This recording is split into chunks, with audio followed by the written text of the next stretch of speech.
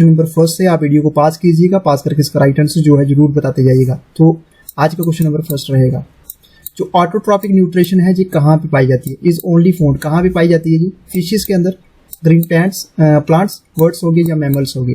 So answer क्या बनेगा आपका, आंसर आपका बी बनेगा। ठीक है, तो autotrophic nutrition is found only कहाँ पे, ग्रीन प्लांट्स के अंदर। ठीक है, आंसर आपका बी बनेगा जहाँ पे। आप देख सकते हैं यहाँ पे ऑटोट्रॉप जो होते हैं नोन एज, इसको प्रोड्यूसर बोलते हैं, क्योंकि ये अपना जो खाना है खुद तैयार करते हैं, make their own food from raw material and energy. Example में आप देख सकते हैं प्लांट्स हैं, एल्गे है और सम टाइप्स ऑफ बैक्टीरिया होते हैं जो अपना खाना जो खुद बनाते हैं। ठीक है, इसमें सेकंड यहाँ पे बताया गया हिट्रोट्रॉप्स। हिट्रोट्रॉप्स को हम कंज्यूमर बोलते हैं बिकॉज दे कंज्यूम करते हैं प्रोड्यूसर को और अदर कंज्यूमर्स को, जैसे डॉग्स होगी, बर्ड्स होगी, फिशेस होगी, ह्यूमंस होगी, और ये सारी की सारी किसकी एग्जांपल्स हैं, ये हिट्रोट्रॉप्स की एग्जांपल है। सो आंसर आपका यहाँ पे बी बनेगा, ग्रीन प्लांट्स का राइट आंसर है। ऑटोट्रॉप कौन से होते हैं, ऐसे प्रोड्यूसर्स जो अपना खाना जो है खुद बनाते हैं, और हिट्रोट्रॉप्स क्या करते हैं, कंज्यूम करते हैं किसको, प्रोड्यूसर्स को। ठीक है, तो ये आपके लिए इंपॉर्टेंट है। Question number 2, which among the following causes typhoid, इसमें से टाइफाइड जो है किससे होता है। ठीक है, एनोफिलिस से, ट्यूबरकुलोसिस से, वेरिला वायरस से, या साल्मोनेला टाइफी से। ठीक है, तो ये काफी इंपॉर्टेंट क्वेश्चन है, ये कैसे एग्जाम में क्वेश्चन ये पूछे गए हैं। सो आंसर बनेगा आपका जहाँ पे आंसर डी, सैल्मोनेला। ठीक है, टाइफ ये इससे होता है, काजेस होते हैं टाइफाइड से। ठीक है, टाइफाइड का जो कारण है इसकी वजह से होता है, इस वायरस की वजह से होता है। आप यहाँ पे देख सकते हैं एनोफिलिस जो मॉस्किटोज होते हैं ये मलेरिया को ट्रांसमिट करते हैं to humans by female mosquitoes of the genus anopheles. ठीक है, तो female mosquitoes take blood meals for egg production and these blood meals are the link between the human and the mosquito host in the parasite life cycle. Secondly यहाँ पे बताया गया tuberculosis is cause by a bacterium called, जिसको बोलते हैं Mycobacterium tuberculosis. ठीक है, इसकी वजह से जो है ट्यूबरकुलोसिस होता है, और बैक्टीरिया यूजुअली अटैक करता है किस पे, लंग्स के ऊपर। बट जो टीबी बैक्टीरिया होता है ये अटैक करता है किसी भी बॉडी के किसी भी पार्ट में, ये अटैक कर सकता है, सच एज किडनी हो गया, स्पाइन हो गया, ब्रेन हो गया। Not everyone infected with TB bacteria become सिक। ठीक है, तो ये थोड़ा सा आप देख सकते हैं ट्यूबरकुलोसिस जो है एक बैक्टीरियम होता है जिसको हम माइकोबैक्टीरियम बोलते हैं, और बैक्टीरिया यूजुअली अटैक कहाँ पे करता है, लंग्स के ऊपर। और टीबी जो बैक्टीरिया होता है ये कहाँ पे अटैक करता है, बॉडी के किसी भी पार्ट में ये अटैक कर सकता है। नेक्स्ट यहाँ पे बात बताया गया स्मॉल पॉक्स जो है, स्मॉल पॉक्स क्या है, एक एक्यूट कंटेजियस डिजीज है जो किसकी वजह से होती है, वेरिला वायरस से। यहाँ पे आप देख सकते हैं जहाँ पे ट्यूबरकुलोसिस लिखा हुआ है, जहाँ पे एनोफिलिस मॉस्किटोज के बारे में लिखा हुआ है, ये साथ साथ में मैं आपको डिस्कस करते जा रहा हूँ। ठीक है, तो वेरिला वायरस की बात यहाँ पे कर रहे हैं। तो स्मॉल पॉक्स एक एक्यूट कंटेजियस डिजीज होती है जिस किसकी वजह से, वायरला वायरस से, जो मेंबर्स होता है किसका, आर्थ्रोपॉक्स वायरस फैमिली का। ठीक है, it is one of the most devastating disease known as humanity and cause millions of deaths before it was eradicated. ठीक है, it is believed to have existed for at least 3000 years. ठीक है, ये साथ साथ में मैं आपको यहाँ पे बताते जा रहा हूँ। अब जहाँ आप देख सकते हैं सोलमेलिया, जहाँ पे बात की गई टाइफी की, ये क्या होता है, ग्राम नेगेटिव बैक्टीरियम होता है that is responsible for typhoid fever and has been a burden on developing nations for generation. ठीक है, तो टाइफाइड के अंदर आपको देख सकते हैं हल्का हल्का बुखार रहता है, और डॉक्टर यहाँ पे यही सजेस्ट करते हैं कि आप जो पानी पीते हैं उसको अच्छे तरीके से कीजिए, उसको अच्छे तरीके से बॉयल कीजिए। ठीक है, तो ये इसमें बताया गया है। ठीक है, next question number 3, scientific name बताना अपना विटामिन B9 का। B9 का साइंटिफिक नेम क्या है, पायरिडोक्साइन है, एस्कॉर्बिक एसिड है, राइबोफ्लेविन है, या फॉलिक एसिड है।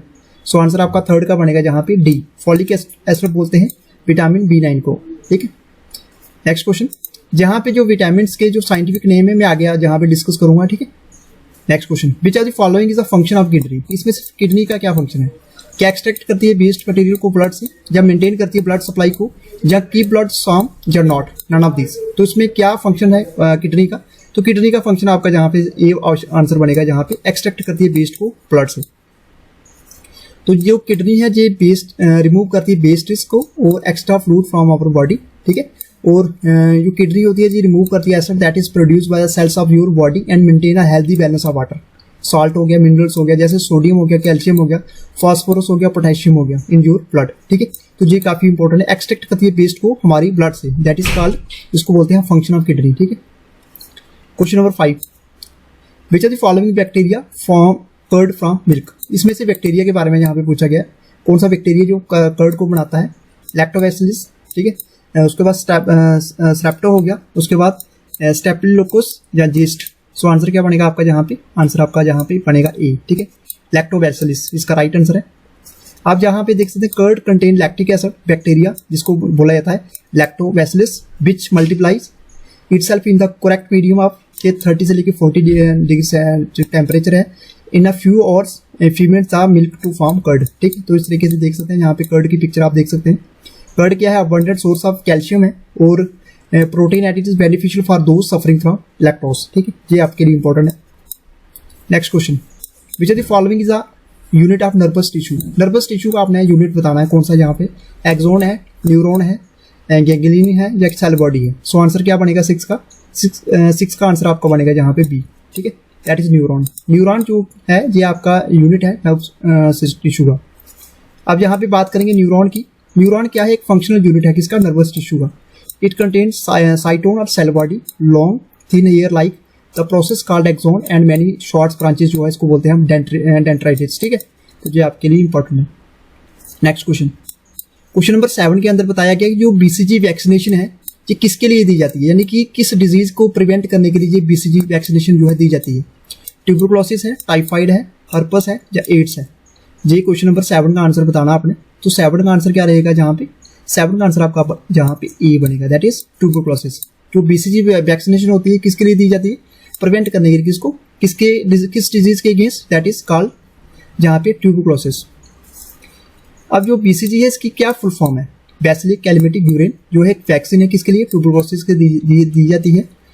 एड्स की फुल फॉर्म की बात करें तो उसको बोलते हैं एक्वायर्ड इम्यून डेफिशिएंसी सिंड्रोम। ठीक है, एक डिजीज होती है जो डैमेज करती है बॉडी के इम्यून सिस्टम को, सो it can not fight certain infections and cancers. ठीक है, तो ये आपका एड्स के रिलेटेड यहाँ पे मैंने मेंशन किया हुआ है। नेक्स्ट यहाँ पे टाइफाइड फीवर के बारे में लिखा हुआ है। Typhoid fever is called Salmonella enterica, जिसको बोलते हैं टाइफी बैक्टीरिया, जिसे हमने फर्स्ट क्वेश्चन के अंदर डिस्कस किया। टाइफाइड फीवर क्या है, is contracted by the injection of the contaminated food of water. जैसे मैंने आपको बताया जो वाटर होता है उसमें बहुत सारे जर्म्स होते हैं, उसको डॉक्टर यही सजेस्ट करते हैं कि उसको बॉईल करके आप पानी पियो ताकि टाइफाइड का जो है खतरा ना हो। ठीक है, तो उसको डायग्नोस किया जाता है टाइफाइड फीवर को, is made when Salmonella bacteria detected with stool, ठीक है, यूरिन और ब्लड कल्चर्स। जहाँ पे पाया जाता है तो उसको डायग्नोस किया जाता है। Typhoid fever is treated with antibiotics, और इसको एंटीबायोटिक्स से ट्रीट किया जाता है। ठीक है, तो टाइफाइड आप देखते हैं अभी जो मौसम चल रहा है इसमें ज्यादातर लोगों को टाइफाइड होता है। तो ये आप देख सकते हैं यहाँ पे की फैक्ट्स यहाँ पे मैं आपसे डिस्कस करने जा रहा हूँ। तो जहाँ पे बात की गई लास्ट हर्पस, ठीक है, इस वायरस के बारे में मैं आपको बताना चाहूंगा। ये है वर्ल्ड हेल्थ ऑर्गेनाइजेशन की रिपोर्ट। तो ये आप देख सकते हैं हर्पस जो डिजीज है इस वजह से ये होते हैं लिप्स के अंदर आपको ये देखने को मिलेंगे। ठीक है, ये अगर आप बात करें तो यहाँ पे एस्टिमेटेड किया गया है 3.7 बिलियन जो पीपल हैं अंडर जहाँ पे 50 की एज से कम है ग्लोबली हैव हर्प सिंप्लेक्स वायरस उनको टाइप 1। ठीक है, इन्फेक्शन है the main cause of oral herbs. ठीक है, और एस्टिमेटेड की बात करें जहाँ पे 491 मिलियन पीपल एज जिसकी 15 से लेकर 49 साल तक है। ठीक है, उस जो है ये अगर बात करें तो हर्पस सिंप्लेक्स वायरस 2 से ये इन्फेक्टेड है। ठीक है, तो ये क्लियरली यहाँ पे बताया गया। इसमें 2 टाइप के जो है हर्पस सिंप्लेक्स वायरस होते हैं, एक HSP1 है और एक HSP2। ठीक है, HSP1 के अंदर जो है ये स्प्रेड होता है ओरल कॉन्टैक्ट से and causes infections or around the mouth. ठीक है, it can also cause genital herpes, most adult are infected with HSP1। और HSP2 के अंदर ये स्प्रेड होता है सेक्सुअल कॉन्टैक्ट से और कॉजेज जेनेटिकल हर्ब्स। ठीक है, तो ये वर्ल्ड हेल्थ ऑर्गेनाइजेशन की रिपोर्ट है पूरी क्लियरली जहाँ पे मेंशन किया गया है। Next question number 8, which among the following can perform photosynthesis. इसमें से कौन सा जो है फोटोसिंथेसिस परफॉर्म कर सकता है, साइनोबैक्टीरिया है, फंगाई है या ह्यूमन है या none of this. So answer आपका 8 का बनेगा जहाँ पे ए। ठीक है, साइनोबैक्टीरिया इसका राइट आंसर है, आंसर आपका ए बनेगा। अब जो ब्लू ग्रीन एल्गी होते हैं are cyanobacteria, it is type of prokaryote, it is photosynthetic organism, जैसे प्लांट्स हो गए have chlorophyll and are capable of nitrogen fixation. तो ये आपके लिए इंपॉर्टेंट है साइनोबैक्टीरिया, और ये क्वेश्चन नंबर 8 का आंसर आपका ही बनेगा। तो क्वेश्चन नंबर 9 का आंसर जहाँ पे दिया गया है DNA is stored in which of the following cell organelle. कहाँ पे स्टोर्ड होता है, सो जहाँ पे सेल वॉल है, सेल मेम्ब्रेन है, न्यूक्लियस है या साइटोप्लाज्म है। सो आंसर आपका जहाँ पे सी लिखा हुआ है। ठीक है, न्यूक्लियस इसका राइट आंसर है। ठीक है, तो जहाँ पे आंसर ऑलरेडी लिखा हुआ है। तो DNA contains the blueprint for all the protein in our body. ठीक है, जैसे यहाँ पे बताया गया neatly packed in our double helix. ठीक है, transmission and translation the process that turn DNA into proteins. ठीक है, तो ये आपका आंसर 9 का जहाँ पे सी बनेगा। Question number 10, the process of breaking molecules in the absence of oxygen is called. ये काफी इंपॉर्टेंट क्वेश्चन है। ये सारे के सारे जो क्वेश्चंस आपको करवा रहा हूँ, जो जेकेएसएस एग्जाम में पूछे गए हैं, ठीक है। प्रोसेस बताना जो ब्रेकिंग करता है मॉलिक्यूल्स को इन the absence of oxygen is called, उसको क्या बोलते हैं? क्या उसको फोटोसिंथेसिस बोलते हैं, एरोबिक रेस्पिरेशन बोलते हैं, एनारोबिक रेस्पिरेशन बोलते हैं, या इवेपो ट्रांसपिरेशन बोलते हैं। सो आंसर आपका बनेगा जहाँ पे 10 का सी, ठीक है। एनारोबिक रेस्पिरेशन बोलते हैं।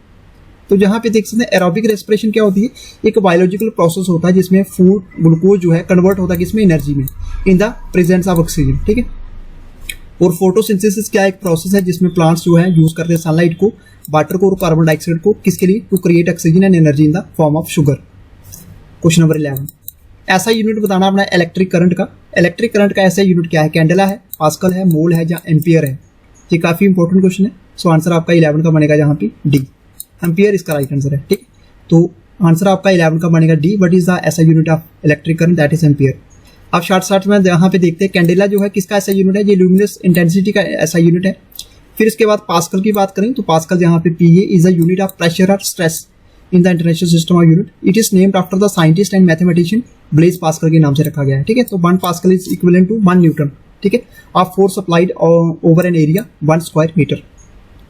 Question number 12, which is the most abundant gas in earth atmosphere. Most abundant gas के बारे में यहाँ पे बात की गई है, ठीक है। ऑक्सीजन है, हाइड्रोजन है, कार्बन डाइऑक्साइड है, या नाइट्रोजन है। सो 12 का आंसर क्या बनेगा आपका, 12 का आंसर आपका बनेगा जहाँ पे डी, नाइट्रोजन।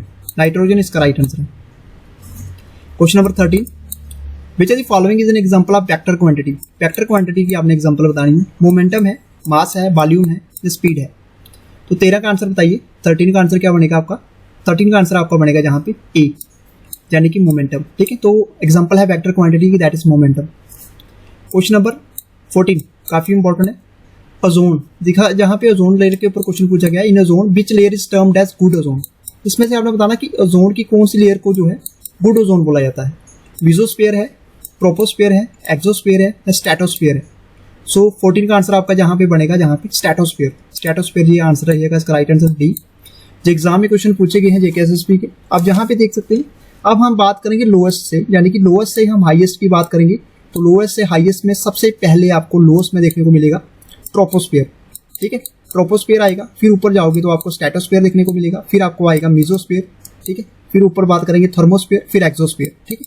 तो इस तरीके से आप देख सकते हैं एक्सोस्फीयर, थर्मोस्फीयर, मेसोस्फीयर, फिर स्ट्रेटोस्फीयर और ट्रोपोस्फीयर। तो जो गुड ओजोन है, ये कौन सी ओजोन की which layer is termed as good ozone, that is stratosphere, ठीक है। तो हम जहाँ पे लो से हाईएस्ट की बात कर रहे हैं तो ट्रोपोस्फीयर के बाद स्ट्रेटोस्फीयर है, ठीक। Next question, question number 15, which are the following vitamin is also known as thiamine.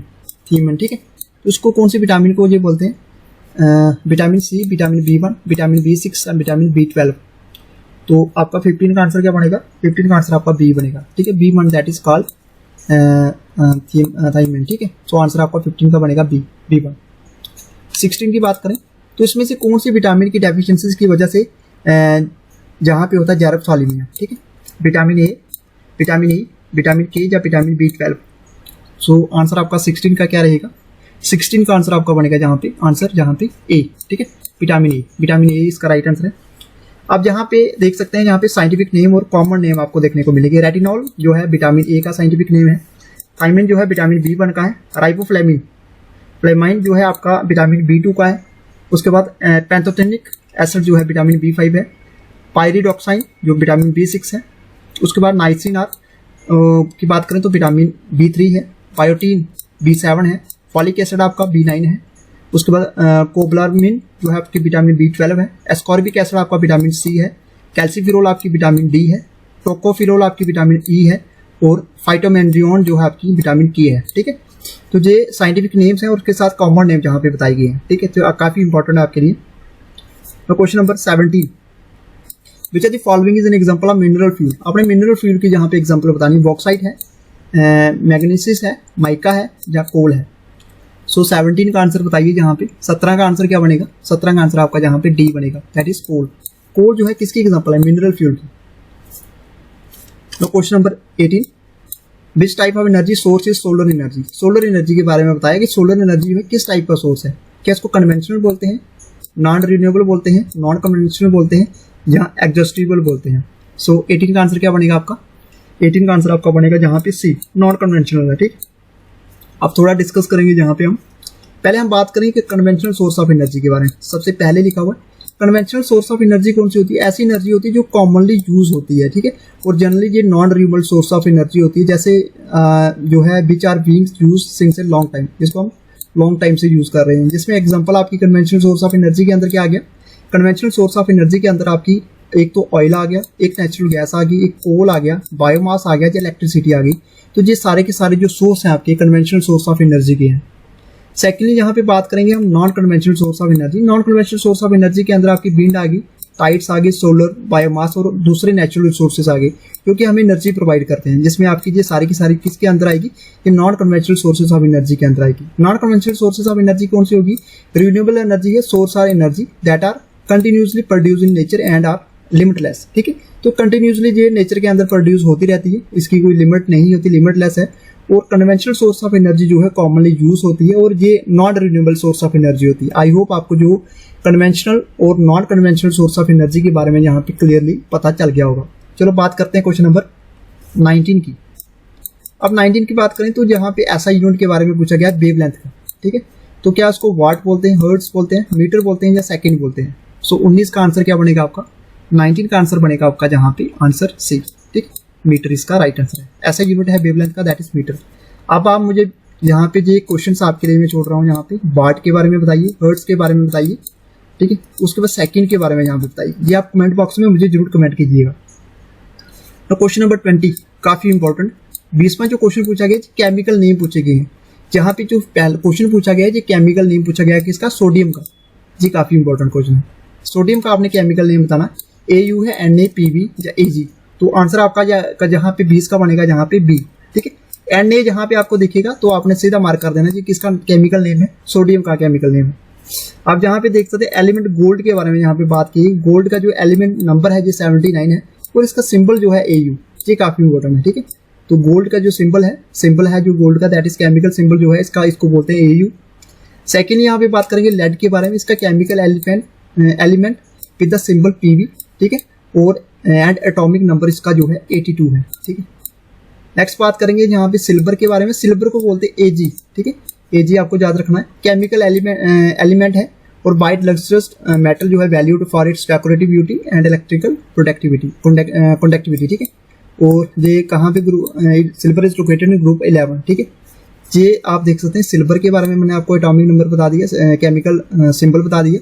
उसके बाद जो है आपका लेड के बारे में, और दैट इज कॉल्ड आपका आ गया यहाँ पे गोल्ड। ठीक है, तो गोल्ड का आपका AU आ गया। Which are the following devices convert mechanical energy into electrical energy? इसमें से कौन सी डिवाइसेस है जो मैकेनिकल एनर्जी को कन्वर्ट करती है इलेक्ट्रिकल एनर्जी में?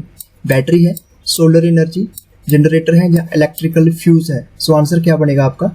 21 का आंसर आपका जहाँ पे सी बनेगा। जनरेटर इसका राइट आंसर है।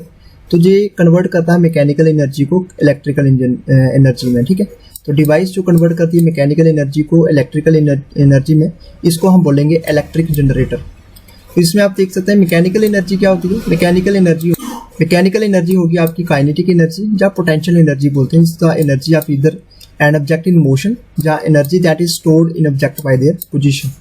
और सेकेंडली आप देख सकते हैं यहाँ पे मैकेनिकल एनर्जी की जहाँ पे एग्जाम्पल, और जहाँ पे इलेक्ट्रिकल एनर्जी की बात करें तो ये आपकी एनर्जी है जो जनरेटेड होती है by the movement of electron from one point two another. ठीक है, और जो movement of charge particle long through a medium. ठीक है, कंस्टिट्यूट करंट और इलेक्ट्रिसिटी। तो जहाँ पे दोनों की एग्जांपल बताई गई है मैकेनिकल एनर्जी और साथ में आपकी इलेक्ट्रिकल एनर्जी। ठीक है, तो जो डिवाइस इनको कन्वर्ट करती है मैकेनिकल एनर्जी को इलेक्ट्रिकल एनर्जी में, दैट इज कॉल्ड यहाँ पे इलेक्ट्रिक जनरेटर।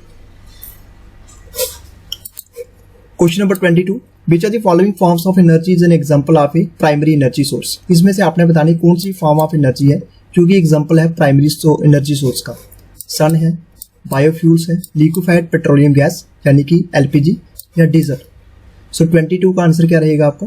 22 का आंसर आपका ए बनेगा, सन जो है ये ऐसी फॉर्म ऑफ एनर्जी है किसकी एग्जांपल है जी? प्राइमरी एनर्जी सोर्स की। ठीक है, next question number 23, which Newton's law gives the relationship between force, mass and acceleration? ठीक है, तो कौन सा न्यूटन का जो लॉ है ये बताता है, रिलेशनशिप बताता है between force, mass and acceleration के बारे में?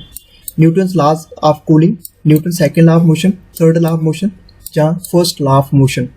सो 23rd का आंसर क्या रहेगा? 23rd का आंसर आपका जहां पे बनेगा that is called answer B, that is Newton second law of motion बताता है relationship between force, mass and acceleration. जहां पे बात करेंगे in the study of heat transfer Newton law of cooling is a physical law which states that the rate of heat loss of a body is directly किसके proportional होती है? Difference in the temperature between the body and its environment. Secondly जहां पे Newton जो third law of motion है जी किसके बारे में बताता है? एक्शन एंड रिएक्शन के बारे में। ठीक है, तो थर्ड लॉ क्या बताता है? For every action force in nature there is an equal and opposite reaction. और न्यूटन जो फर्स्ट लॉ ऑफ मोशन ये बताता है एवरी ऑब्जेक्ट जो है वो तब तक रेस्ट पोजीशन पे रहेगा जब तक आप उसके ऊपर फोर्स नहीं लगाओगे। ठीक है, तो will remain or at rest or its in uniform motion in a straight line unless compelled to change its state by the action of an external force. तो ये लॉज ऑफ मोशन है Newton के, काफी important आप देख सकते हैं यहाँ पे। तो ये क्वेश्चन भी एग्जाम में पूछा गया था जेकेएसएसबी के। तो 23rd का आंसर आपका पी बनेगा, Newton second law of motion. No question number 24, which of the following protocols is related to ozone layer depletion. Ozone layer depletion के रिलेटेड कौन सा प्रोटोकॉल जो है रिलेट करता है? ठीक है, मॉन्ट्रियल प्रोटोकॉल, क्योटो प्रोटोकॉल, उसके बाद कार्टाजेना प्रोटोकॉल या नगोया प्रोटोकॉल। सो इसमें आंसर आपका क्या बनेगा? आंसर आपका ए बनेगा। ठीक है, तो मॉन्ट्रियल जो प्रोटोकॉल है ये रिलेटेड है ओजोन लेयर डिप्लेशन के रिलेटेड। आप जहां पे काफी इंपॉर्टेंट रहेगा आपके लिए, मैं जहां पे जितने भी प्रोटोकॉल बताए गए हैं इसको हम डिस्कस करेंगे। ठीक है, तो मॉन्ट्रियल प्रोटोकॉल के बारे में आप देख सकते हैं ये एक इंटरनेशनल ट्रीटी थी जिसको डिजाइन किया गया ताकि किसके लिए किया गया? Designated to protect the ozone layer. ठीक है, by phasing out the production of numerous substances that are responsible for ozone depletion. तो ये कब हुआ था? 16 सितंबर 1987। इसको आप देख सकते हैं और ये फोर्स में आता है 1 जनवरी 1989 को। और जहां पे आप देख सकते हैं, अब जहां पे मैं थोड़ा सा आपको शॉर्ट्स में बता दूं, इसको साइन किया गया 16 सितंबर 1987 को, लोकेशन थी मॉन्ट्रियल, और ये इफेक्ट्स में आता 1 जनवरी 1989 को। और कंडीशन जहां पे देख सकते हैं इसको 20 स्टेट्स के द्वारा रेटिफिकेशन दी गई, सिग्नेटरी थी 46। और जहां पे आप देख सकते हैं लैंग्वेजेस के बारे में जहां पे बताया गया है, तो Montreal protocol on substances that deplete the ozone layer. ये क्वेश्चन एग्जाम में पूछा गया था। ठीक है, ओजोन लेयर के रिलेटेड अगर आपको प्रोटोकॉल के ऊपर क्वेश्चन पूछा जाता है तो आपको मॉन्ट्रियल प्रोटोकॉल को टिक करना है। नेक्स्ट यहाँ पे बात की गई है क्योटो प्रोटोकॉल की। जी है क्या? क्योटो प्रोटोकॉल एक इंटरनेशनल ट्रीटी थी जिसको एक्सटेंड किया गया 1992 को, United Nation framework convention on climate change that commit states parties to reduce green house gas emission. ठीक है, और based on the scientific consensus that global warming is occurring that human made. ठीक है, तो जहां पे आप देख सकते हैं जो क्योटो प्रोटोकॉल होता है ये 1997 को होता है, 84 सिग्नेटरीज थी और ये 11 दिसंबर 1997। ठीक है, तो किससे रिलेटेड है जी? जहां पे क्लियरली बताया गया है किस लिए, ताकि रिड्यूस किया जा सके ग्रीन हाउस गैस एमिशन को। फिर जहां पे एक बताया गया है जहां पे कार्टाजेन जो प्रोटोकॉल है जी किसके लिए? On biosafety to the convention on biological diversity in international agreement on biosafety as a supplement to the convention on biological diversity effect. ठीक है, तो ये स्टार्ट होती है इसकी डेट 16 मई 2000 को, इफेक्टिव होता है 11 सितंबर 2003 को। ये लास्ट में इसमें ऑप्शन बताया था नगोया प्रोटोकॉल। नगोया प्रोटोकॉल के बारे में बात करें तो यहाँ पे ये इसके बारे में ये इसके रिलेटेड क्या लिखा हुआ है जहाँ पे an access to genetic resources and the fair and equitable sharing of benefits arising from their utilization to the Convention on Biological Diversity, also known as जिसको नगोया प्रोटोकॉल बोलते हैं। ठीक है, और इसके आपको जहाँ पे ईयर आपको याद रखना है। ठीक है, तो 12 अक्टूबर 2014 नगोया कहाँ पे है? जी जापान के अंदर है, और इसको साइन किया गया 29 अक्टूबर 2010 को। ठीक है, 92 सिग्नेटरीज थी, ये आपको याद रखना है। ठीक है, नेक्स्ट क्वेश्चन 25 के ऊपर मूव करेंगे। Which are the following helps to translate a variety of organic and inorganic solutes from the leaves to other parts of the plant। ये काफी इंपॉर्टेंट है। कॉर्टेक्स है, पिथ है, फ्लोएम है या जाइलम है। सो आंसर क्या बनेगा आपका? आंसर आपका सी बनेगा, दैट इज फ्लोएम। ठीक है, तो फ्लोएम क्या है? Organic and inorganic solutes from the leaves to other parts of the plants। जहां पे बात करेंगे जाइलम की, is defined as a plant tissue that transfer water. क्या करता है? वाटर को ट्रांसफर करता है, न्यूट्रिएंट्स को किसके? रूट से all over the plant body. ठीक है, रूट से प्लांट बॉडी में करेगा such as stems and leaves. इसके बाद कॉर्टेक्स की बात करें, cortex in plant tissue of unspecialised cells lying between the epidermis surface cells and the muscular or conducting tissues of stems and roots. ठीक है, तो ये आपके लिए यहाँ पे इंपॉर्टेंट है। क्वेश्चन नंबर 26, इसमें से आपने बताना है कौन सा टर्म जो है डिनोट करता है physical position and functional role of species with the community. So options आपके पास बायोमास है, इकोलॉजिकल पिरामिड है, इकोलॉजिकल निश है या इकोटोन है। सो आंसर क्या बनेगा आपका 26 का आंसर आपका जहाँ पे बनेगा आंसर सी। ठीक है, इकोलॉजिकल निश इसका राइट आंसर है। ठीक है, इकोलॉजिकल पैरामीटर क्या है, इसको ज्योग्राफिकल रिप्रेजेंटेशन बोलते हैं, जो शो करता है रिलेशनशिप किसमें, डिफरेंट ऑर्गेनिज्म में एक इकोसिस्टम के अंदर। ठीक है, और जो शो करता है flow of energy at different trophic level in an ecosystem. ठीक है, इसको बोलेंगे हम इकोलॉजिकल पैरामीटर।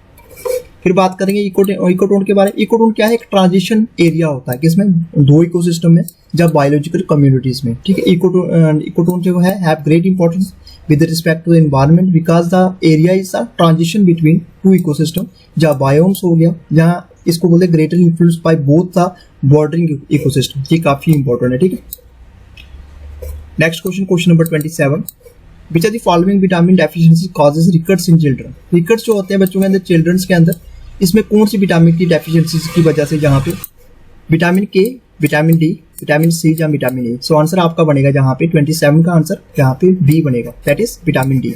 विटामिन डी इसका राइट आंसर है।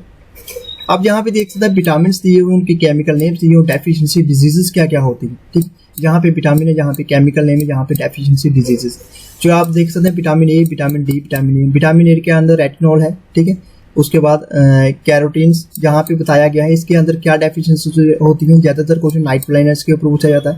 विटामिन डी के अंदर कैल्सिफेरॉल, इसका नेम बताया गया है, रिकट्स एंड।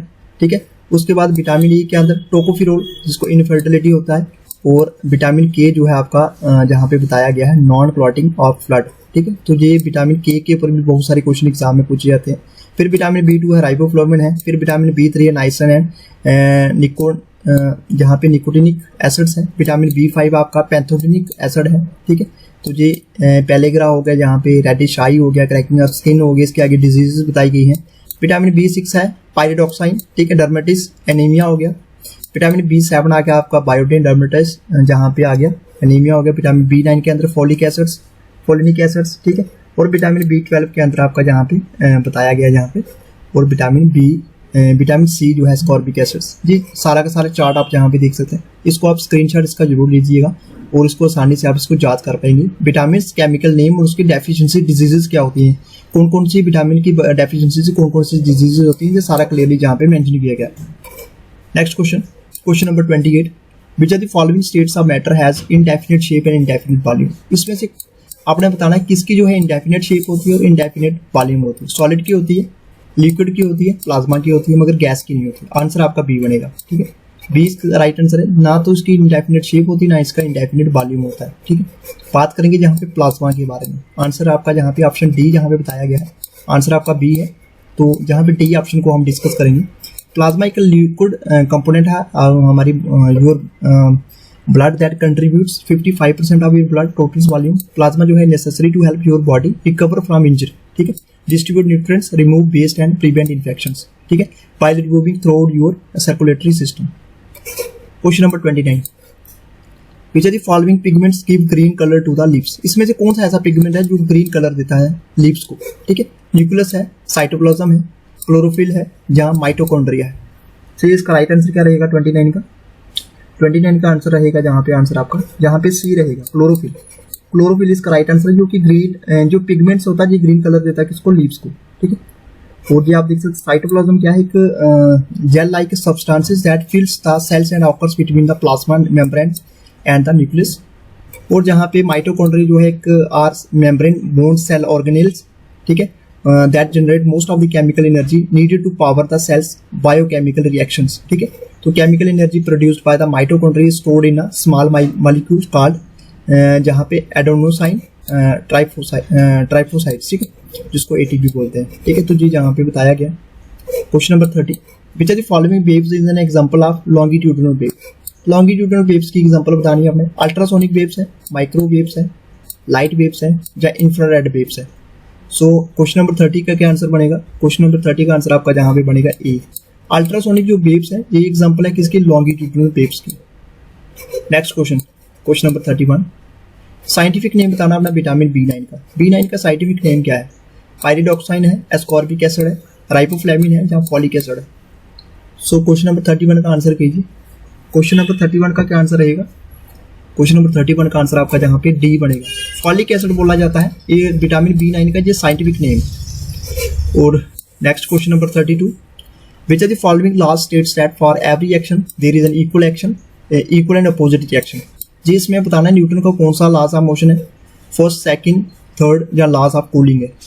सो आंसर आपका बी बनेगा। ठीक है, तो न्यूटन के थर्ड लॉ ऑफ मोशन के बारे में जहाँ पे मैंने ब्रीफ में वहां पे डिस्कस किया था, आप वहां से देख सकते हैं। तो Newton third law of motion कहता है, ठीक है, इक्वल और अपोजिट, जहाँ पे जो भी एक्शन होगा every action there is an equal and opposite reaction.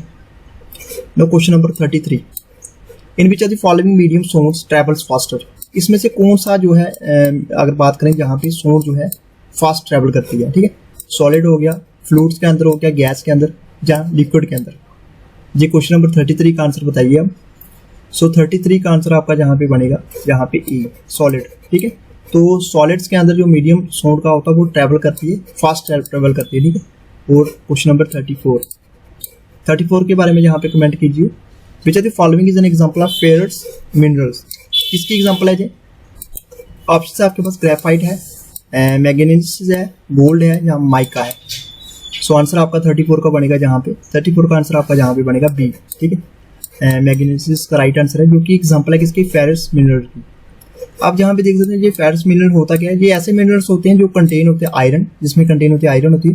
कुछ एग्जांपल बताएं हम जहाँ पे बात करेंगे मिनरल्स की, फेरस मिनरल की, जिसमें आपका आयरन हो गया, मैग्नीशियस हो गया, निकल्स हो गया और क्रोमाइट हो गया। ठीक है, और metallic minerals that contain metals other than iron और called non ferrous minerals. Some examples are gold हो गया, कॉपर हो गया, silver, lead and tin.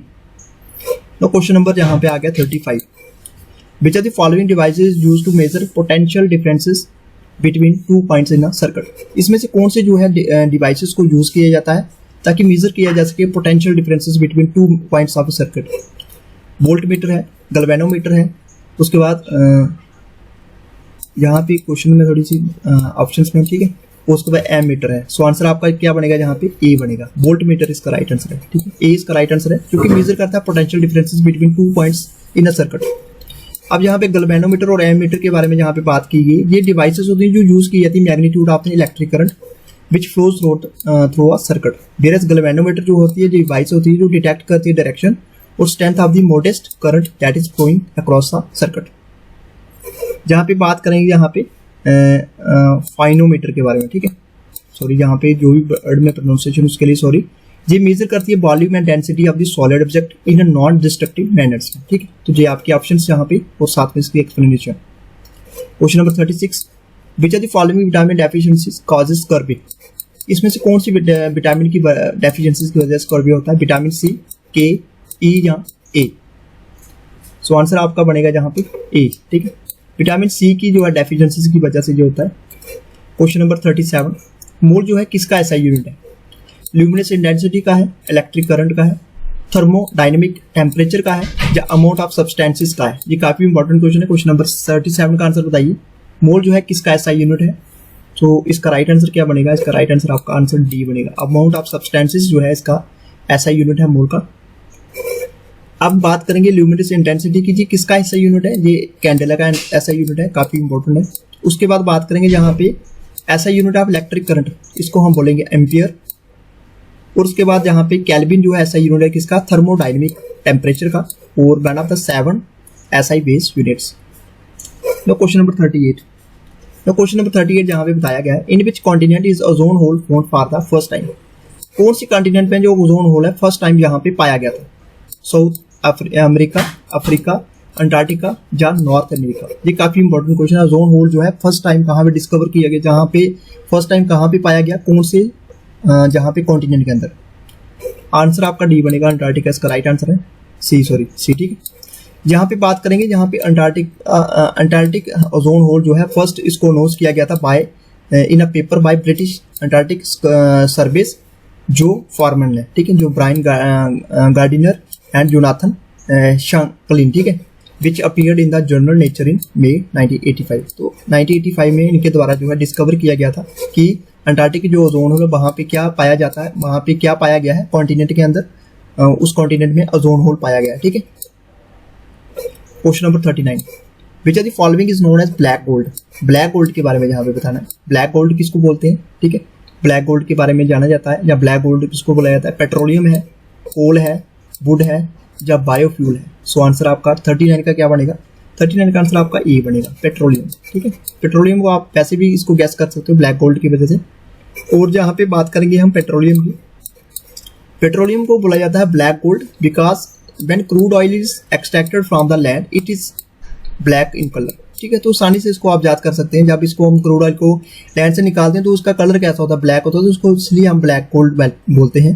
People call it gold because of the its oils and value, it's very difficult to find. ठीक है, तो क्योंकि इसकी वैल्यू जो मार्केट में है बहुत ज़्यादा है। ठीक है, बात करेंगे जहाँ पे, तो अब बात करेंगे तो इसलिए इसमें बताया गया है कि इसको ब्लैक गोल्ड के नाम से जाना जाता है।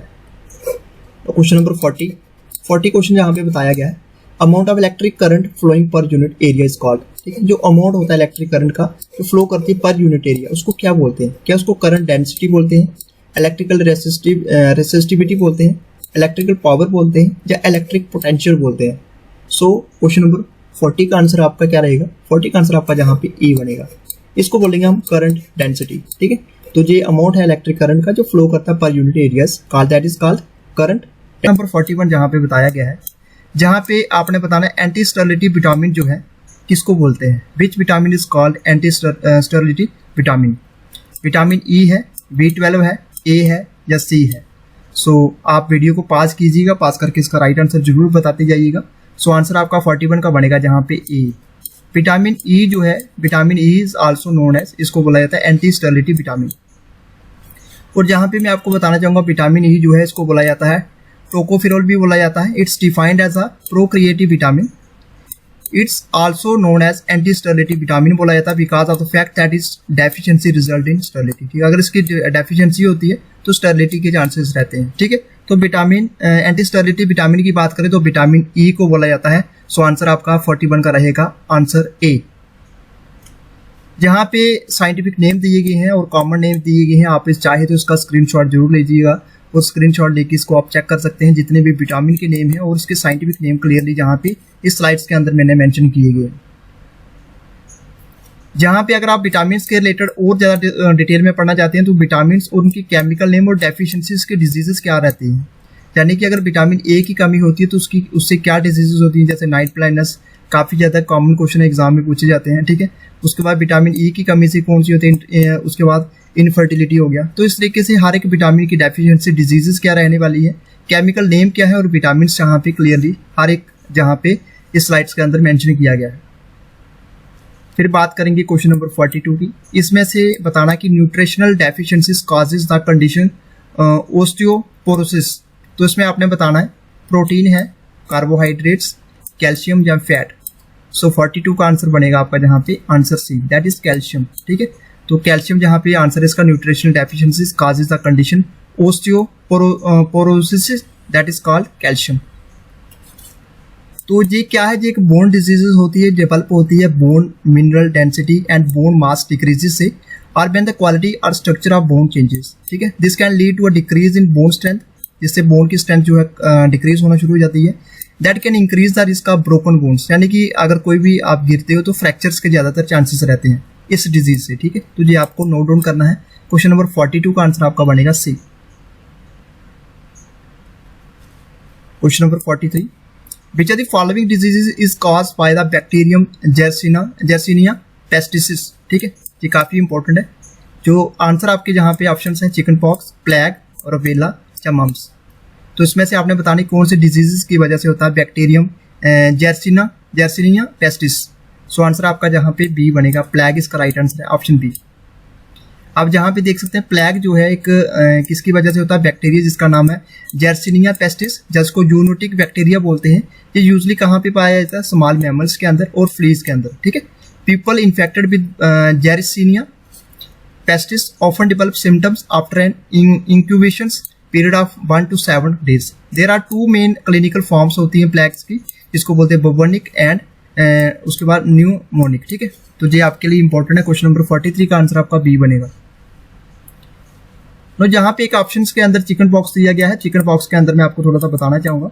एक हाईली कंटेजियस डिजीज होती है जो किसकी वजह से होती है, बैरिसिला जोस्टर वायरस की वजह से। ठीक है, इससे इची ब्लिस्टर्स होते हैं, रैशेस होते हैं और ये अपीयर होती हैं पहले चेस्ट में, फिर बैक में, फिर फेस में, और देन स्प्रेड होती है पूरी इंटायर बॉडी में।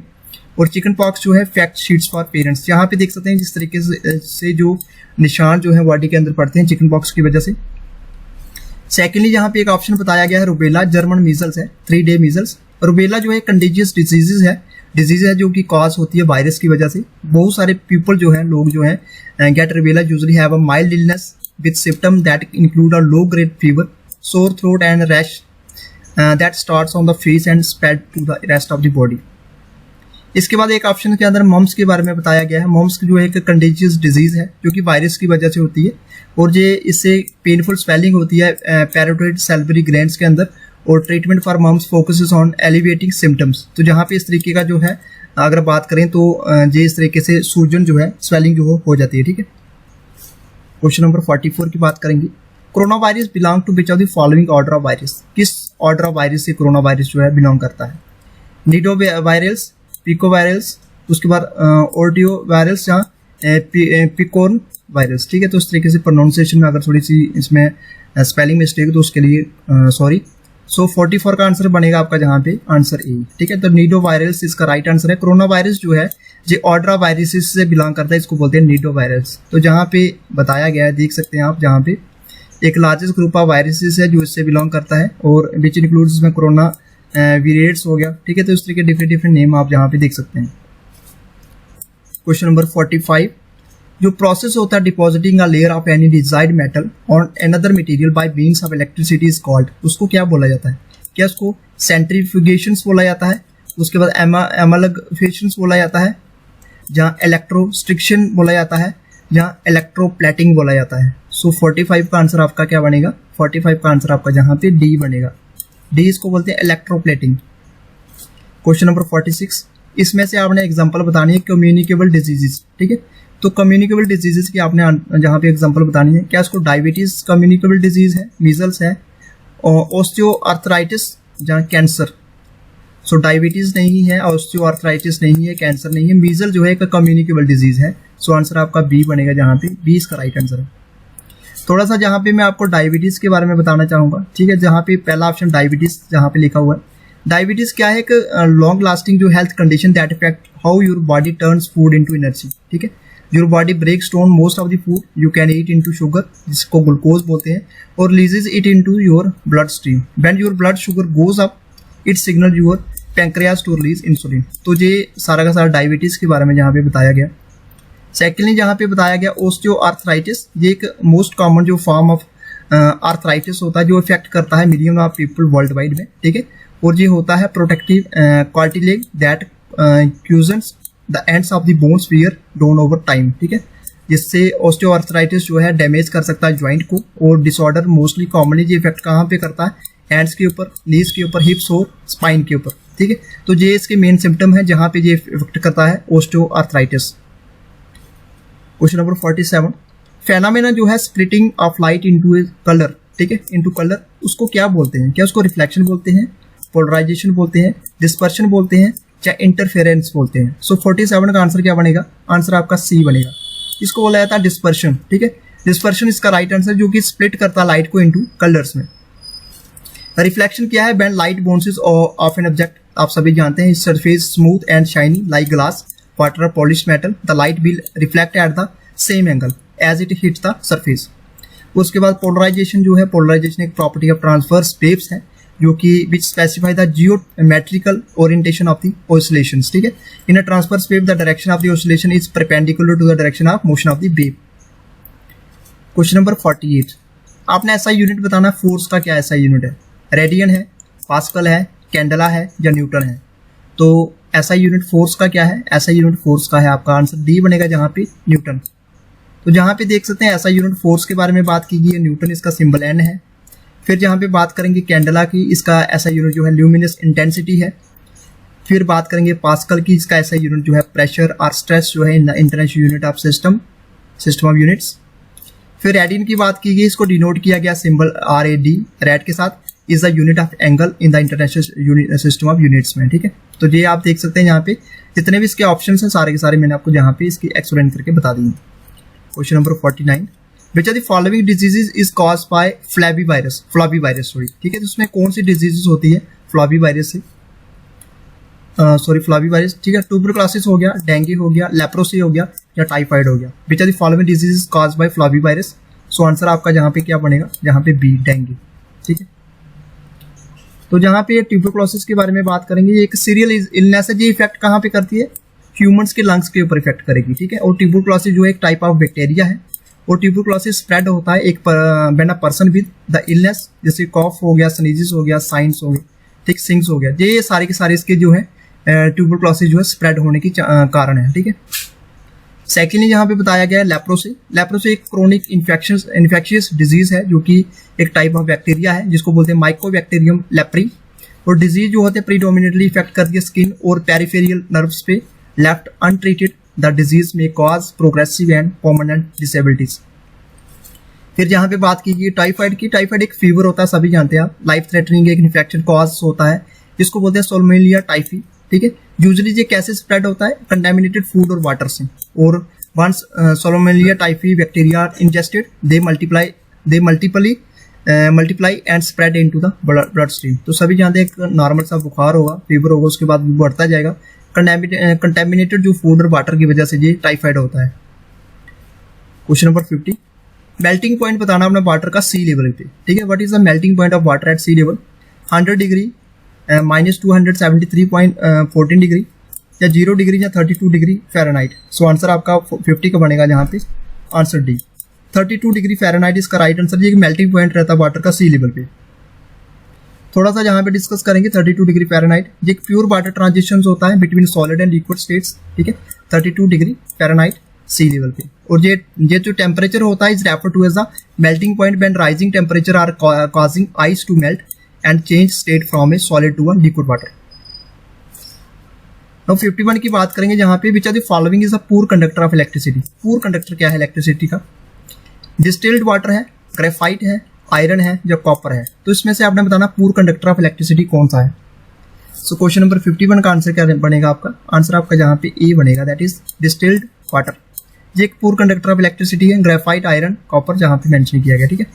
तो ये क्या है, एक वाटर है, it's purest form, it does not contain any type of salt, minerals और acids, so it can not conduct electricity.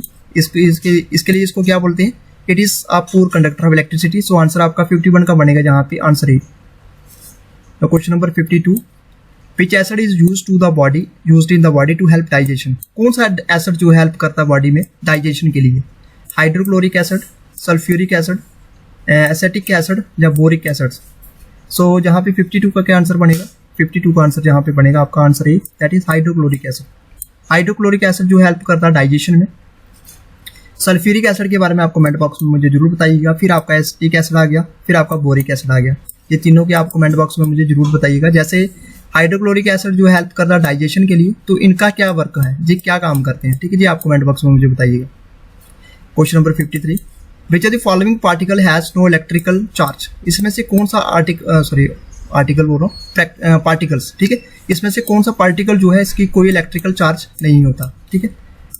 पोस्ट्रॉन है, इलेक्ट्रॉन है, न्यूट्रॉन है या प्रोटॉन है। सो 53 का आंसर क्या बनेगा आपका? 53 का आंसर आपका सी बनेगा। न्यूट्रॉन इसका राइट आंसर है, इसमें कोई भी इलेक्ट्रिकल चार्ज नहीं होता, तो 53 का आंसर आपका सी बनेगा। Question number 54, light year is the unit of measurement of. ये किसका यूनिट ऑफ मेजरमेंट किसका है? जी टाइम का है, एक्सेलरेशन का है, वेलोसिटी का है या डिस्टेंस का है। तो 54 का आंसर आपका जहाँ पे बनेगा डी, ठीक है, इसको बोलेंगे distance. Question number 55, which are the following group of animals get nutrition by feeding on both plants and animal. ऐसे आपने एनिमल के बारे में बताना है, ग्रुप ऑफ एनिमल के बारे में बताना जो कि न्यूट्रिशन लेता है बाय फीडिंग ऑन बोथ, जैसे प्लांट्स और एनिमल दोनों से, ठीक है। कार्निवोरस है, ओमनिवोरस है, ऑटोट्रॉप्स है या हार्बीवोरस। सो 55 का आंसर आपका जहाँ पे बनेगा B.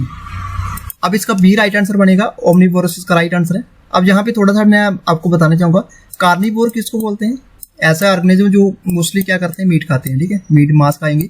Are the flesh of animals, some time carnivores are called, इसको प्रीडेटर्स भी बोलते हैं, ठीक है। किसको बोलते हैं? कार्निवोर्स। जैसे आप जहाँ पे एग्जांपल दी गई है लॉयन की। सेकेंडली यहाँ पे बात करेंगे ऑटोट्रॉफ। ऑटोट्रॉफ एक ऑर्गेनिज्म होते हैं that can produce its own food. जैसे लाइट से वाटर हो गया, कार्बन डाइऑक्साइड हो गया, इसकी मदद से अपना खाना खुद बनाती है, और अदर केमिकल्स। और जो ऑटोट्रॉफ्स होते हैं produce their own food, they are some time called, इसको प्रोड्यूसर्स भी बोलते हैं। ये आपके लिए इंपॉर्टेंट है। क्वेश्चन नंबर यहाँ पे हार्बीवोर्स के बारे में मैं आपको बता दूं। हार्बीवोर्स क्या होते हैं? ऐसे एनिमल्स होते हैं जो सिर्फ प्लांट खाते हैं। Plants and product obtain from plants are called herbivores. जैसे कौ हो गया, गोट हो गया, हॉर्स हो गया, जेब्रा हो गया, ये किसकी एग्जांपल है? जी हार्बीवोर्स की एग्जांपल है। सो आंसर आपका जहाँ पे एग्जांपल मैंने आपको क्लियरली यहाँ पे बता दी है। Question number 56, the process of removal of metabolic waste from the body is known as. उस प्रोसेस को क्या बोलते हैं जो रिमूव होता है metabolic waste from the body is known as? इसको गैस्ट्रुलेशन बोलते हैं, एक्सक्रीशन बोलते हैं, फोटोसिंथेसिस बोलते हैं या डाइजेशन बोलते हैं। सो 56 का आंसर क्या बनेगा आपका? 56 का आंसर आपका जहाँ पे बी बनेगा, दैट इज एक्सक्रीशन। ठीक है, तो ये प्रोसेस होता है जो removal of metabolic waste from the body, इसको बोलते हैं हम एक्सक्रीशन। ठीक है। Question number 57, what is the chemical symbol of iron? Iron का केमिकल सिंबल बताना आपने। ए, बी, सी या डी, ये आपके ऑप्शंस जहाँ पे आप कमेंट बॉक्स में मुझे जरूर बताइएगा। सो 57 का आंसर क्या बनेगा? 57 का आंसर आपका जहाँ पे डी बनेगा, डी इसका Fe। तो केमिकल नेम है किसका? आयरन का। तो ये आपने बताना जी, यहाँ पे ऑप्शन जो है फर्स्ट ए, बी एंड सी, ये आपने बताना जी किसकी केमिकल नेम है। ये आप कमेंट बॉक्स में मुझे जरूर बताइएगा। जहाँ पे मैं लिख देता हूँ अगेन INCUIR। ठीक है, तो जी केमिकल नेम किसके हैं, जी आप मुझे कमेंट बॉक्स में जरूर बताइएगा। बात करेंगे क्वेश्चन नंबर 58 की। Which type of energy source is tidal energy? Tidal energy के बारे में बताना, किस एनर्जी का ये सोर्स है? क्या नॉन रिन्यूएबल एनर्जी है, कन्वेंशनल है, एग्जॉस्टिबल है या नॉन कन्वेंशनल है? सो 58 का आंसर क्या बनेगा आपका? 58 का आंसर आपका डी बनेगा, that is non conventional. Non conventional इसका राइट आंसर है। नॉन कन्वेंशनल, सबसे पहले हम बात करेंगे कन्वेंशनल। कन्वेंशनल का जहाँ पे देख सकते हैं कन्वेंशनल सोर्स ऑफ एनर्जी जो है, तो जहाँ पे बात करेंगे conventional source of energy, conventional source of energy are the ones that are commonly used and generally इसको बोलते हैं non renewable source of energy. ठीक है, which are being used since a long time. जैसे एग्जांपल में आप देख सकते हैं यहाँ पे नेचुरल गैस होगी, कोल हो गया, बायोमास हो गया, इलेक्ट्रिसिटी होगी। ठीक है, तो ये आपका सारा का सारा कन्वेंशनल सोर्स ऑफ एनर्जी आ गया। फिर बात करेंगे जहाँ पे non conventional source of energy, जिसमें आपकी विंड आ गई, टाइड्स आ गए, सोलर, बायोमास और दूसरे जो नेचुरल रिसोर्सेज हैं जो हमें एनर्जी प्रोवाइड करते हैं। ठीक है, इसको बोलेंगे हम non conventional source of energy. और नॉन कन्वेंशनल एनर्जी जो है इसको बोलते हैं renewable energy source are energy sources that are continuously produce in nature and are limitless. ठीक है, जो कंटिन्यूसली प्रोड्यूस होते हैं और इनकी कोई भी लिमिट नहीं होती है, इसलिए आएंगे आपके non conventional source of energy के कैटेगरी में। ठीक है, तो 58 का आंसर आपका बनेगा D, non conventional source of energy, यानी कि टाइटल जो एनर्जी जो है नॉन कन्वेंशनल है। ठीक है। Question number 59, which are the following vitamin is also known as ascorbic acid? इसमें से आपने विटामिन के बारे में बताना जिसको एस्कॉर्बिक एसिड के नाम से भी बोलते हैं, यानी कि एस्कॉर्बिक एसिड भी इसको बोला जाता है। Vitamin C, vitamin B1, vitamin B2 या विटामिन B6। सो 59 का आंसर क्या बनेगा? 59 का आंसर जहाँ पे बनेगा ए, इसको बोला जाता है विटामिन सी। विटामिन सी इसका राइट आंसर है। तो अगेन जहाँ पे मेंशन किया गया है विटामिन के केमिकल नेम्स और डेफिशिएंसी, ये आप जहाँ से इसको जरूर पढ़िएगा, जहाँ पे मैंने क्लियरली जहाँ पे मेंशन किया गया इस चार्ट के अंदर। और इससे पहले आप देख सकते हैं यहाँ पे साइंटिफिक नेम और कॉमन नेम जहाँ पे बताए गए हैं। ठीक है, तो सेकंड वाले जो चार्ट है जहाँ पे मैंने आपको इसके डेफिशिएंसी, डिजीजेस और केमिकल नेम और विटामिन, ये सारा का सारा क्लियरली इस स्लाइड के अंदर मैंने मेंशन किया गया है। नो नेक्स्ट बात करेंगे क्वेश्चन नंबर 60 की। 60 क्वेश्चन जहाँ पे पूछा गया है, sudden increase in temperature during the day is prevented by the. ठीक है, तो ये ऑप्शंस आपके पास एटमॉस्फेयर है, क्लाउड्स है, रेन है या एसिड रेन है। सो इसका राइट आंसर क्या रहेगा? Sudden increase in temperature during the day is prevented by the. So answer आपका बनेगा जहाँ पे आंसर है एटमॉस्फेयर। ठीक है, तो sudden increase in temperature during the day is prevented by the atmosphere. So answer आपका जहाँ पे ए बनेगा, ए इसका राइट आंसर है। अब जहाँ पे एसिड रेन के बारे में बताया गया, एसिड रेन के बारे में थोड़ा सा मैं आपको जहाँ पे बताना चाहूंगा। एसिड रेन क्या है? एसिड रेन को बोला जाता है एसिड डिपोजिशन, एक ब्रॉड टर्म है जिस that include any form of precipitation with acidic components, जिसमें आपका सल्फ्यूरिक और नाइट्रिक एसिड हो गया, that fall to the ground from the atmosphere in wet और ड्राई फॉर्म्स। तो इस तरीके से एसिड रेन बोला जाता है, एसिड रेन जहाँ पे क्लियरली मेंशन किया गया है। सो क्वेश्चन नंबर 61 जहाँ पे बताया गया है, which among the following has a lowest calorific value. और लोएस्ट क्लोरिफिक वैल्यू बतानी है आपने, वुड की होती है, हाइड्रोजन, कैरोसिन या पेट्रोल। सो 61 का राइट आंसर क्या रहेगा? 61 का आपका राइट आंसर यहाँ पे ए रहेगा, यानी कि वुड। वुड जो है इसमें से इनकी लोएस्ट क्लोरोफिक जो वैल्यू होती है वो किसकी होती है? वुड की। ठीक है, सो आंसर आपका ए बनेगा। नेक्स्ट क्वेश्चन, क्वेश्चन नंबर 62 काफी इंपॉर्टेंट है। Eight which place on earth the value of gravity is maximum. जो ग्रेविटी होती है, वैल्यू ऑफ ग्रेविटी जो होती है मैक्सिमम कहाँ पे होती है अगर हम बात करें अर्थ की? क्या ट्रॉपिक ऑफ कैंसर के ऊपर होती है, इक्वेटर के ऊपर, पोल्स के ऊपर, या ट्रॉपिक ऑफ कैप्रिकॉर्न के ऊपर? सो आंसर क्या बनेगा आपका? Answer C. ठीक है, पोल्स के ऊपर जो ग्रेविटी होती है, ग्रेविटी जो होती है मैक्सिमम ग्रेविटी आपको कहाँ पे देखने को मिलेगी? पोल्स के ऊपर। अब जहाँ पे काफी इंपॉर्टेंट मैं आपसे डिस्कस करूंगा, ये देख सकते हैं आप, ये हमारी अर्थ आ गई, 0 डिग्री पे आपको इक्वेटर देखने को मिलेगा। ठीक है, 23.5 डिग्री पे आपको ट्रॉपिक ऑफ कैंसर, और 23.5 डिग्री यहाँ पे आ गया आपका नॉर्थ, और ट्रॉपिक ऑफ कैप्रिकॉर्न जो होगा 23.5 डिग्री साउथ वाली साइड है। ठीक है, ये आपको पोल दिखेगा नॉर्थ पोल, और ये आपको दिखेगा साउथ पोल। अब ये इंपॉर्टेंट आपके लिए ट्रॉपिक ऑफ कैंसर के बारे में यहाँ पे बात की है। मैंने आपको बताया ट्रॉपिक ऑफ कैंसर क्या है कि इमेजिनरी लाइन है जो 23.5 डिग्री कहाँ पे है? नदर्न साइड में। ठीक है, नॉर्थ में। ठीक है, तो ये आप देख सकते हैं। और इक्वेटर कहाँ पे? इक्वेटर 0 डिग्री पे है। ये क्या है? लैटिट्यूड्स हैं। ठीक है, ये लैटिट्यूड्स हैं। अगर हम इंडिया की बात करें तो ट्रॉपिक ऑफ कैंसर 8 स्टेट से गुजरता है। सबसे पहले हम बात करेंगे राजस्थान, फिर गुजरात, मध्य प्रदेश, छत्तीसगढ़, झारखंड, वेस्ट बंगाल, त्रिपुरा एंड मिजोरम। ये काफी इंपॉर्टेंट है। ट्रॉपिक ऑफ कैंसर के ऊपर आपको क्वेश्चन पूछे जाते हैं कितनी स्टेट से गुजरता है, और आपको जो स्टेट्स आपको सारी की सारी याद होनी चाहिए। तो अगेन 0 डिग्री पे इक्वेटर है, 23.5 डिग्री नॉर्थ पे आपको देखने को मिलेगा ट्रॉपिक ऑफ कैंसर, एंड 23.5 आपको साउथ में देखने को मिलेगा ट्रॉपिक ऑफ कैप्रिकॉर्न। ठीक है, ट्रॉपिक ऑफ कैप्रिकॉर्न। ठीक है, तो ये आपके लिए इंपॉर्टेंट है। Next question 63, what is the source of formic acid? Formic acid का सोर्स बताना आपने। अंट है, टोमेटो है, जिंजर है, या एप्पल है? सो आंसर क्या बनेगा आपका? ए बनेगा। अंट इसका राइट आंसर है, तो 63 का आंसर आपका ए बनेगा। तो देख सकते हैं फॉर्मिक एसिड, जिसको जहां पे इसको इजा, ये क्या होता है? ये वीक एसिड होता है जो ऑकर्स करता है naturally in the stings of bees and ants. The acid was once prepared by the distillations of ants. ठीक है, तो ये आपके लिए क्वेश्चन नंबर 63 का आंसर आपका ए बनेगा। Question number 64, anaerobic decomposition is carried out in absence of? किसकी एब्सेंस में होती है anaerobic decomposition? Carbon dioxide, oxygen, hydrogen, या मीथेन? सो आंसर आपका बनेगा 64 का, that is B, that is oxygen. ठीक है, तो एनएरोबिक जो कंपोजिशन होगी is carried out in the absence of, किसकी एब्सेंस में होगी? जो कि ऑक्सीजन की एब्सेंस में। अब ये काफी इंपॉर्टेंट, जहां पे मैं आपको कंसेप्ट बता दूं, एक होती है एरोबिक रेस्पिरेशन, एक होती है एनारोबिक रेस्पिरेशन। आपने नाम सुना होगा इसका। एरोबिक रेस्पिरेशन जो है, जहां पे जो रेस्पिरेशन होती है 2 टाइप की होती है, aerobic and anaerobic. Aerobic respiration में क्या होता है? एरोबिक रेस्पिरेशन के अंदर क्या होता है? जो aerobic respiration take place in the presence of oxygen. ठीक है, ये किसके प्रेजेंस में होती है? ऑक्सीजन के प्रेजेंस में।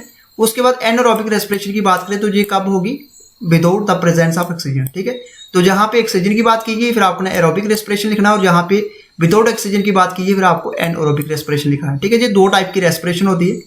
Next question, question number 65, which are the following instrument is used to measure the speed of wind? इसमें से कौन सा इंस्ट्रूमेंट यूज किया जाता है स्पीड, जो स्पीड होती है विंड की, उसको मेजर करने के लिए? एनेमोमीटर, सिस्मोमीटर, बैरोमीटर, या हाइड्रोमीटर? सो 65 का आंसर क्या बनेगा आपका? ए बनेगा, दैट इज एनेमोमीटर। ठीक है, तो जहां पे डिस्कस करेंगे एनेमोमीटर क्या एक इंस्ट्रूमेंट है जिसको यूज किया जाता है विंड की स्पीड और विंड के प्रेशर को मेजर करने के लिए। ठीक है, और एनेमोमीटर इंपॉर्टेंट टूल्स होता है meteorologist who study weather pattern. ठीक है, जो वेदर को चेकअप करते हैं, यानी कि वो वेदर होता है आज कैसा रहेगा या कल कैसा रहेगा। ठीक है, तो वहां पे जो वेदर को चेक करने के लिए इसी इंस्ट्रूमेंट का यूज किया जाता है। सिस्मोग्राफ की बात करें तो सिस्मोग्राफ की इंस्ट्रूमेंट होता है जिसको यूज किया जाता है किसके लिए? To detect and record seismic waves, seismic wave को डिटेक्ट करने के लिए। ठीक है, seismic waves are propagating vibration that carry energy from the source of earthquake outward in all direction, आप सभी जानते हैं। देन इसके बाद बात करेंगे हम यहाँ पे बैरोमीटर के बारे में। बैरोमीटर क्या है? एक साइंटिफिक इंस्ट्रूमेंट है जिसको यूज किया जाता है एटमॉस्फेरिक प्रेशर को मेजर करने के लिए, और इसको बोलते हैं हम बैरोमेट्रिक प्रेशर। फिर हाइड्रोमीटर के बारे में बात करेंगे। यहाँ पे हाइड्रोमीटर एक ऐसी डिवाइस होती है, एक सम कैरेक्टरिस्टिक्स होती हैं, some characteristics of liquid such as its density. ठीक है, इसकी डेंसिटी क्या है और स्पेसिफिक ग्रेविटी क्या है, weight per unit volume compared with water. ठीक है, तो ये डिवाइस होती है इसकी हाइड्रोमीटर की। Question number 66, which are the following layers lies immediately above the troposphere? ठीक है, ये काफी इंपॉर्टेंट है। स्ट्रेटोस्फियर है, थर्मोस्फियर, मेसोस्फियर, या लोनोस्फियर? सो 66 का आंसर आपका ए बनेगा, इसको बोलेंगे आप स्ट्रेटोस्फियर। आप यहाँ पे देख सकते हैं सबसे नीचे आपको देखने को मिलेगा ट्रोपोस्फियर, फिर ऊपर चले जाओ तो आपको देखने को मिलेगा स्ट्रेटोस्फियर, फिर मेसोस्फियर, फिर आपका थर्मोस्फियर। ठीक है, तो ये क्वेश्चन यहाँ पे क्या पूछा गया था? ठीक है, क्वेश्चन आपको पूछा गया वो जो है ट्रोपोस्फियर के इमीडिएटली अबव क्या है, तो ये है आपका ट्रोपोस्फियर, ये ट्रोपोस्फियर है। ट्रोपोस्फीयर को देखने को मिलेगा स्ट्रेटोस्फीयर, ठीक है, से स्ट्रेटोस्फीयर है जिसका right answer. Question number 67, which of the following country is known as country of beans. Country of beans के नाम से कौन सी कंट्री जानी जाती है? डेनमार्क, इंडिया, अर्जेंटीना या इंग्लैंड। सो आंसर आपका ए बनेगा डेनमार्क। डेनमार्क कंट्री जो जानी जाती है कंट्री ऑफ बीन्स के नाम से। अब ये काफ़ी इंपॉर्टेंट है, जहाँ पे मैंने जो है जहाँ पे अगर बात करें तो जहाँ पे मैंने कंट्रीज की कैपिटल मेंशन कर दी है। डेनमार्क की कैपिटल जो है कोपेनहेगन, उसके बाद इंडिया की न्यू दिल्ली है, और अर्जेंटीना की है ब्यूनस आयर्स, ठीक है, और इंग्लैंड की लंदन है। ये मैंने जहाँ पे कैपिटल जहाँ पे मेंशन कर दी है, जहाँ पे हर एक कंट्री की। तो नेक्स्ट पॉइंट जहाँ पे क्वेश्चन करेंगे 68, प्रॉपर्टी जो होती है मेटल की by which they can be beaten into thin sheets is called, ठीक है। तो मेटल के बारे में जहाँ पे क्वेश्चन पूछा गया जिसको हम बीट कर सकते हैं इनटू थिन शीट्स में, उसको क्या बोलते हैं? उसको मैलिबिलिटी बोलते हैं, डक्टिलिटी बोलते हैं, लस्टर बोलते हैं, या सोनोरस बोलते हैं। सो 68 का आंसर आपका जहाँ पे बनेगा A, that is called malleability. So A इसका राइट आंसर रहेगा 68 का। Which are the following types of radiation does earth emit, ठीक है। तो ये काफी इंपॉर्टेंट है, कौन सी टाइप ऑफ रेडिएशन जो है अर्थ एमिट्स करती है? अल्ट्रावायलेट, गामा, विजिबल या इंफ्रारेड। सो 69 का आंसर आपका डी बनेगा, इंफ्रारेड इसका राइट आंसर है, ठीक है। So answer D.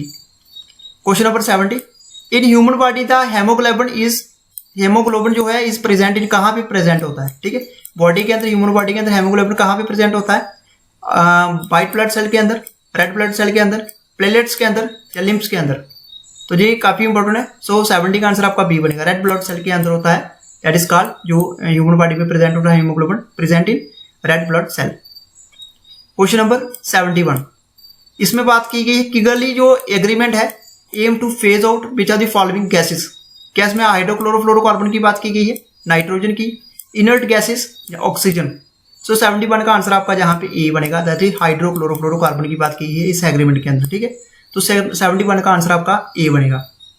Question number 72, which are the following particle has the smallest mass. ऐसा कौन सा पार्टिकल है जिसका स्मॉलेस्ट मास होता है? म्यून है, प्रोटॉन है, इलेक्ट्रॉन है या न्यूट्रॉन है। सो आंसर आपका जहाँ पे सी बनेगा, इलेक्ट्रॉन। इलेक्ट्रॉन इसका राइट आंसर है। तो which are the following particle has the smallest mass, that is electron. ऐसा यूनिट बताना है अपना फ्रीक्वेंसी का, मीटर, सेकंड, वाट या हर्ट्ज। सो ऐसा यूनिट है फ्रीक्वेंसी का जहाँ पे हर्ट्ज, ठीक है, आंसर डी।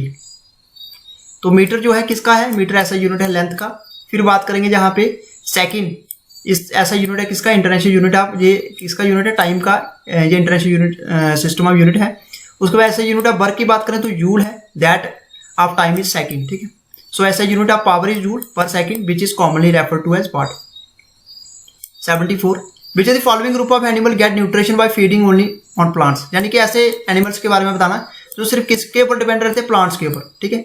लिटरेटिवोरस हो गया, ओमनिवोरस हो गया, हर्बीवोरस हो गया या कार्निवोरस हो गया। सो आंसर आपका सी बनेगा, ठीक है। उसको बोलेंगे हर्बीवोरस, ठीक है। हर्बीवोरस को प्रोड्यूसर भी बोलते हैं। आप देख सकते हैं यहाँ पे कार्निवोरस सभी जानते हैं जो सिर्फ क्या खाते हैं? मीट खाते हैं या फ्लैश ऑफ अदर एनिमल्स, ठीक है। तो सम टाइम में कार्निवोरस को हम क्या बोलते हैं? प्रीडेटर्स बोलते हैं। फिर बात करेंगे जहाँ पे ऑटोट्रॉफ। ऑटोट्रॉफ ऐसे ऑर्गेनिज्म होते हैं जो अपना खाना खुद बनाते हैं, किसकी हेल्प से? लाइट, वाटर, कार्बन डाइऑक्साइड की हेल्प से, ठीक है। तो उसको, इनको जो खाना अपना खुद बनाते हैं इनको क्या बोलते हैं? प्रोड्यूसर्स।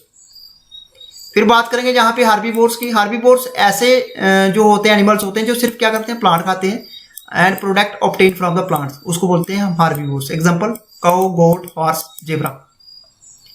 नेक्स्ट बात करेंगे जहाँ पे डिट्राइटिवोरस। ये एक ऐसे टाइप ऑफ हेटेरोट्रॉफ होते हैं जो ऑर्गेनिज्म होते हैं जो कंज्यूम करते हैं डेड और डिकेइंग ऑर्गेनिक मैटर को, ठीक है।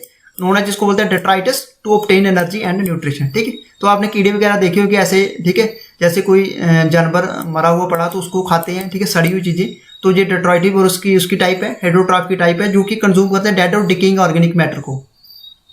नेक्स्ट क्वेश्चन, इसमें से आपने बताना कौन सी डेफिशिएंसी होती है विटामिन की जिसके कारण बेरीबेरी होती है, ठीक है। सो आंसर आपका 75 का क्या बनेगा?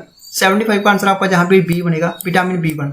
विटामिन B1 की का जो है डेफिशिएंसीज की वजह से होती है बेरीबेरी। सो आंसर आपका जहाँ पे बी बनेगा। क्वेश्चन नंबर 76, जो प्रोसेस होता है एक्वायरिंग ऑक्सीजन का from outside the body to break down the food sources for cellular needs is called. उसको क्या ट्रांसलोकेशन बोलते हैं, ट्रांसपिरेशन बोलते हैं, रेस्पिरेशन बोलते हैं या फोटोसिंथेसिस बोलते हैं। सो 76 का आंसर आपका बनेगा सी, जहाँ पे रेस्पिरेशन इसका राइट आंसर है। ये प्रोसेस होता है acquiring oxygen from outside the body to break down the food sources for cellular need, that is called respiration. अब यहाँ पे आप कमेंट बॉक्स में जो मुझे जरूर कमेंट करते जाइएगा ट्रांसलोकेशन, ट्रांसपिरेशन और फोटोसिंथेसिस के बारे में। क्वेश्चन नंबर 77, ऐसा यूनिट बताना है अपना अमाउंट ऑफ सब्सटेंस का। पास्कल है, एम्पियर है, मोल है या कैंडला है। सो आंसर आपका जहां पे सी बनेगा, मोल। मोल इसका राइट आंसर है। अब यहाँ पे देख सकते हैं पास्कल जो है किसका यूनिट है, प्रेशर और स्ट्रेस, ठीक है। तो इसके बाद जहां पे एम्पियर की बात करें तो एम्पियर ऐसा यूनिट किसका है, इलेक्ट्रिक करंट का। और उसके बाद कैंडला की बात करें तो ऐसा यूनिट है ल्यूमिनस इंटेंसिटी का। नो क्वेश्चन नंबर 78, इसमें से आपने एग्जांपल बतानी है वाटर बॉर्न कम्युनिकेबल डिजीज की, ठीक है। तो इसमें वाटर बॉर्न कम्युनिकेबल डिजीज कौन सी है, कमेंट बॉक्स में आप जरूर साथ साथ में कमेंट करते जाइएगा। सो आंसर आपका सीधा बनेगा कोलरा, ठीक है। कोलरा इसका राइट आंसर है, आंसर सी, ठीक है। तो वाटर बॉर्न जो illness cause by recreational drinking water contaminated by disease causing microbes और पैथोजन इसको बोलते हैं। Of note many water borne pathogens होते हैं can also be acquired by consuming contaminated food और beverages from contact with animals और in environment and through person to person spread, ठीक है। तो इस तरीके से स्प्रेड होता है, ये इसको बोलते हैं हम वाटर बॉर्न कम्युनिकेबल डिजीज। इसमें से आपने बताना फैट सॉल्युबल विटामिन कौन सी है, ठीक है। फैट सॉल्युबल विटामिन B1, ए, विटामिन B6 या विटामिन जहां पे सी। सो आपकी बी बनेगा राइट आंसर। विटामिन ए जो है फैट सॉल्युबल विटामिन है, ठीक है। तो स्मॉल अमाउंट्स ऑफ जो विटामिन होती है रिक्वायर्ड होती है डाइट के लिए to promote growth, reproduction and health, ठीक है।